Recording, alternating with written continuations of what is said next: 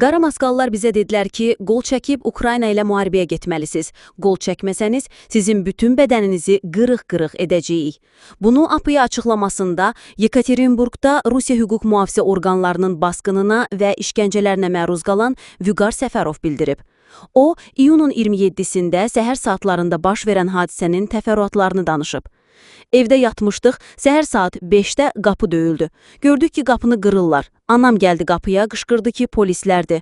Anam onlardan sənədlərini göstərməsini istədi. Onlar qapını açmağı təkid etdilər, maskadaydılar. O anda gördüm ki, qapını lomla qırdılar. Anama bir şillə vurub atdılar qırağa. Qaçdılar mənim, qardaşımın və atamın üstünə. Bizi möhkəm döydülər. Hamımızı otaqda uzandırdılar yerə. Bizi elektroşokla vurdular. Dubinka ilə, montirovka ilə döyürdülər. Evdəki stolları belimizdə qırdılar. Bizi 1 saat döydülər. Döyəndən sonra əllərimizi qandalladılar, apardılar Fronze 74 ünvanındakı bölməyə. Yolda bizi, qardaşımla məni bir maşına, qazelə uzandırdılar, atamı başqa maşınla apardılar. Qazel içi palçıq idi. Yolda bizi məcbur edirdilər ki, maşının içindəki palçığı yeyək. Deyirdilər ki, bu palçığı sizə yedirdəcəyik. Yemədiyimizə görə döyürdülər. Bölməyə çatana kimi döydülər. Çatdıq, bizi qaldırdılar 5-ci mərtəbəyə. Orada da həmin şiddəti tətbiq etdilər. Toka verdilər, elektroşokla vurdular. Dubinka ilə, remenlə vurdular. İt yerinə qoymurdular. Bizi 2 qardaş, mən və qardaşım Məhəmmədi bir otaqdaydıq. Atam Məzahir Səfərov isə başqa yerə apardılar. Gördüm ki, atam qışqırır, atama tok verirdilər. Atam qışqırırdı ki, ürəyim xəstədir, ürəyimdə stent var. Atam elə dedikcə, onlar təhqir edib ürəyinə tok verirdilər. Bizi axşama kimi saxlayıb döydülər. Ayaz Səfərovu, Akif Səfərovu döyüb toka verdilər. Bir anda eşitdim ki, deyirlər ölənlər var. 2 nəfər öldü deyirdilər. Fikirləşdim ki, ay Allah, bu kimlərdir? Axşam saat 9 olardı, gördüm atama qışqırırlar ki, sənin qardaşlarını, oğlanlarını hamını öldürəcəyi, günahını etiraf elə, imza at.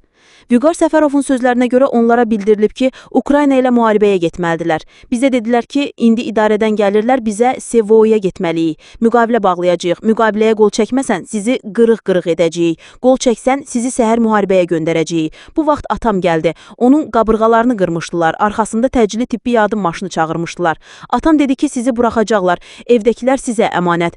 Atam danışa bilmirdi, nəfəs ala bilmirdi. Atam onlardan soruşdu ki, 100% uşaqlarımı, qardaşlarımı buraxacaqsınız? Dedilər, hə. Bizi buraxdılar, amma əmimgili buraxmadılar. Çıxanda da eşitdim ki, 2 əmim rəhmətə gediblər.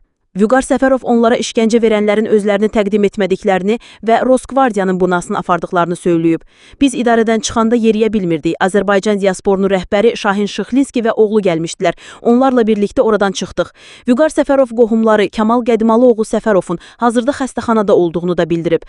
Kamalın da ürəyində stent var. Ona o qədər tok veriblər ki, vəziyyəti pisləşib. Götürüb aparıb ürək xəstəxanasında əməliyyat etdiriblər. İndi polislər onun yanındadır. Dediklərinə görə əməliyyatdan sonra ayılıb. Başqa heç kəs xəbər yoxdur.